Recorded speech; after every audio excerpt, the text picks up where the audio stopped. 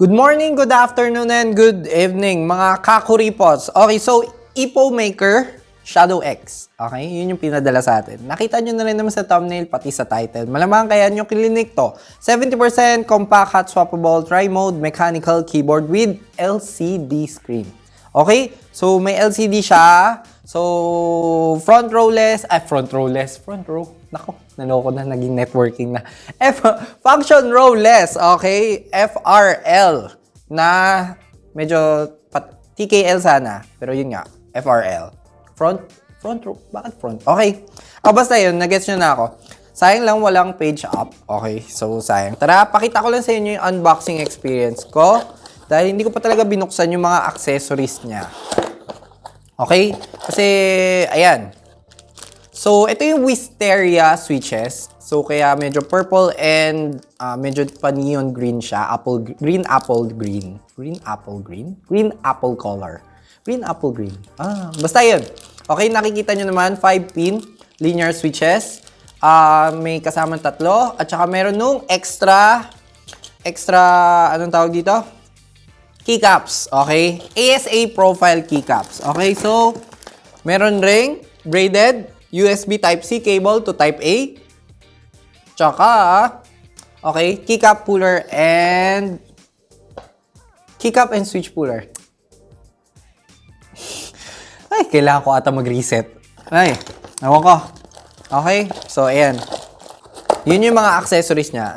Andito na kasi ako sa point na parang wala na nakaka-surprise na accessories. May manual rin pala dito. Medyo importante rin pala to. Okay? So, nandito yung mga function na kakailanganin mo. Okay? So, ayan.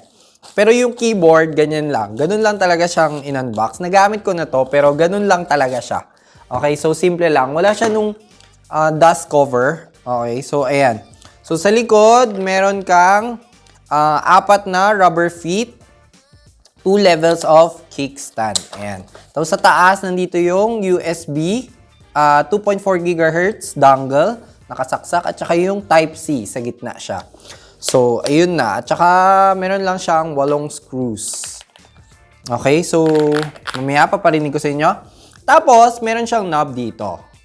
Sadly, hindi siya volume knob. Okay, ginaya niya, hindi naman ginaya, pero same siya ng, alam mo yung RK-H81 na hindi lang siya washing machine knob. Okay? Nakaayos lang siyang knob. Pero, yun nga, pang-function lang siya. 2.4 GHz, tsaka yung 3 Bluetooth. Lipat-lipat mo lang gano'n. Sayang lang, mas gusto ko sana pag ginawa mo siyang volume knob. Dahil, madali lang naman yung FNQWER, di ba? Ganun yung usually mag-switch ng mode ng keyboard. So, sayang lang. Tapos, isa pa, nasabi ko na kanina na ASA profile siya. Wala lang, nagulat lang ako. Meron isang, biglang, alam mo yun, ASA is from Ako, alam ko eh. Ako SA profile yun eh. Nagulat lang ako na merong gumamit nung keycap profile ng Ako. Wala lang, nagulat. May masabi lang. Tsaka, yun. So, pagdating sa design, unang tingin, akala ko, nung in-offer sa akin to, sabi ko, wow, bakal! Pero hindi. Plastic lang siya, okay? All plastic siya. So, napaka-pulido, napakaganda ng sa kanya, color. Dahil akala ko, bakal siya. Nung pagkabuhat ko na lang, sabi ko, hindi siya ganun kabigat. Akala ko aluminum. Di ba? Hindi siya, pero mabigat siya.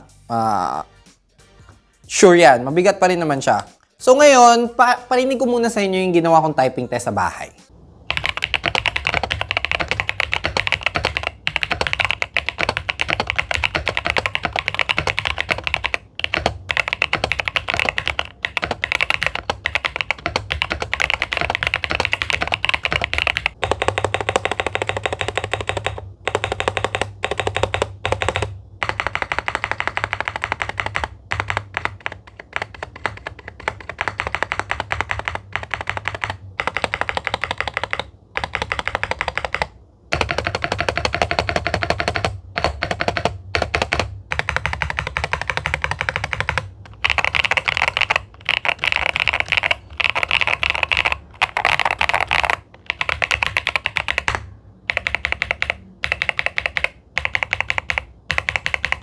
So, kamusta naman?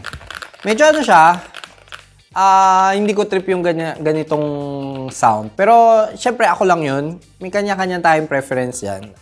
Okay, dito sa keyboard world natin na talagang depende yan sa tao. Okay? Flex, wala masyadong flex sa experience ko. Pero dahil yan sa skeleton niya, anatomy. Basta yun, yung laman loob niya. Okay? Mamaya, pakita ko sa inyo. Pero yun nga, medyo mas, alam mo yung deep clacky. Wow, galing, di ba? Bago yun. Deep usually thocky, di ba? Ewan ko. Yun yung tawag ko sa kanya. Ayan, parang clacky hollow. Hollow clacky. Ganun. Alam mo yung tunog na hollow clacky. Pero hindi siya hollow. Bakit? Tara, tingnan natin yung laman loob niya. So, pagbukas ko ng keyboard, tulad ng sinabi ko, may 8 screws lang siya. Then, may snap-on pa pala siya, both sa left and sa right side. Okay? So, okay na okay siya kasi at least hindi siya kakalas kagad pag tinanggal mo yung mga screws. Tapos, sa pinakailalim, may silicone mold as case foam lang siya. Actually, manipis siya sa baba tapos kumakapal siya. Okay? So, ano man tawag doon? Basta may term yun. Okay? So, nandyan na rin yung 3,000 mAh na battery. 3,000, enough na yan. Then, yung PCB niya ay south-facing at may Kailh hot swap sockets. Tapos yung switches, tulad ng sinabi ko kanina, ito yung EpoMaker Wisteria Linear Switches. So, sa EpoMaker talaga yan. Check nyo na lang sa site nila yung specs, pero around 45 gram force tong switch, kaya saktong-sakto for me. Ganun talaga. Ewan ko, hanggang 50 gram force lang kasi ako gumamit ng switches. Like yung, yung Gateron Oil Kings, tama ba? Yung black. Sobrang ganda ng rating nun, pero sa akin sobrang nahihirapan yung kamay ko. Mabigat for me. So for me, yung Wisteria switches nila, okay naman, smooth naman. Tapos makikita nyo na rin yung black na IXPE switch pad niya. And yung PC plate. May poron foam rin pala as plate foam. So yun na yun, okay? So ano pang feature niya? Dahil nga meron siya LCD screen, okay, maliit. Meron rin siya software. So punta naman tayo sa software. So syempre sa software, may pang-edit ng functions ng bawat key. Sleep timer ng RGB at mismong keyboard. Okay yun Ewan ko. Sa akin, okay na nako-customize mo yun. May macro rin, syempre. At pwede rin, syempre, maglagay ng GIF sa screen nito. At saka image. Hindi lang GIF, syempre image rin. Actually, nagulat ako kasi nga, portrait siya. Ewan ko, nagulat lang ako. Parang first time ko maka-encounter ng portrait na screen. Actually, meron rin ako nakita na square ata dati. Parang, tama ba? Oo, parang meron rin. Ito, portrait. First time ko makahawak, actually. Pati pag-sync ng date and time, nandito na rin sa my screen tab. Dun sa kung paano mag-upload ng GIF.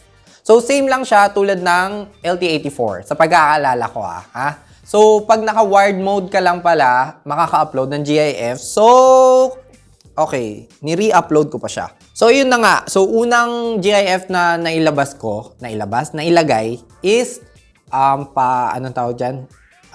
Landscape. Okay? So, dahil pa portrait siya, sobrang liit na itsura ng GIF na kinalabasan. So, naghanap pa ako ng medyo pa-portrait naman. Hindi ko pa rin napuno yung screen, pero at least, pahaba na si Luffy. Okay?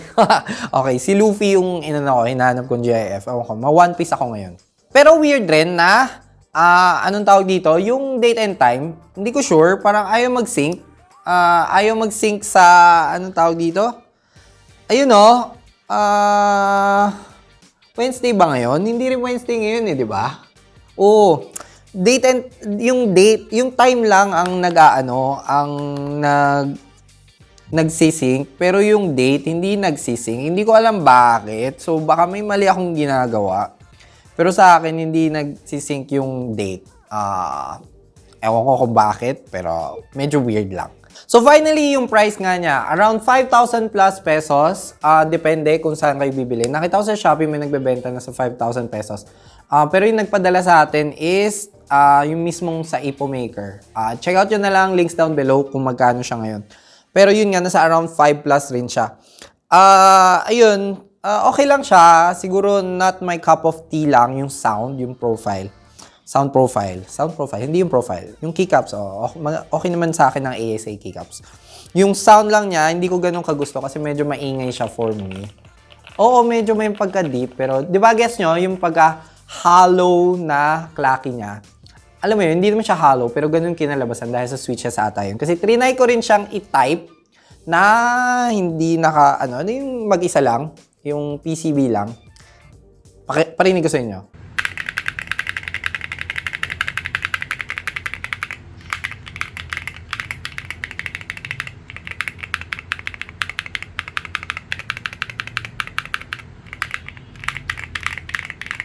Di ba, narinig nyo na medyo clacky nga siya, pero alam naman natin na hindi hollow yan. Pero yun nga, parang yung tunog niya kasi, di ba, medyo hollow na clacky. Di ba? Kasi pag yun nga, pag sinarili ko lang siya, wala naman yung hollowness. Okay? Mas clacky lang siya. Pag PCB lang ang hawak ko, tapos tinatap-tap-tap ko siya. Okay? Pero for around 5,000 pesos, wala naman mareklamo dito, lalo na yung stubs niya. Okay? Mukha naman nakatune maayos. Okay? Kasi wala yung mga previous keyboard ko, di ba? Medyo maingay. Iba, medyo, hindi naman maingay, pero medyo may tick lang na hindi balance yung stubs. Okay? Dito, mukhang hindi mo naman na kailangan ayusin yung stubs. I-tune. Okay? So, napaka-solid naman niya. Kaso yun nga, di ba, meron na rin kasi yung mga other keyboards na aluminum for around 5,000 din. So, okay lang. Kasi for me ngayon, yung screen, feel ko kasi medyo late na nila pinadala to. Kaka-offer lang kasi nila sa akin. Tapos nakita ko sa YouTube, may ibang mga YouTubers na nag-showcase nito around 5 months ago. Di ba? So medyo na late na talaga. Kaya for me, ang bilis ng keyboard world natin ngayon mag-upgrade ng mga features nila. So ngayon, may aluminum na for less than 5,000 pesos.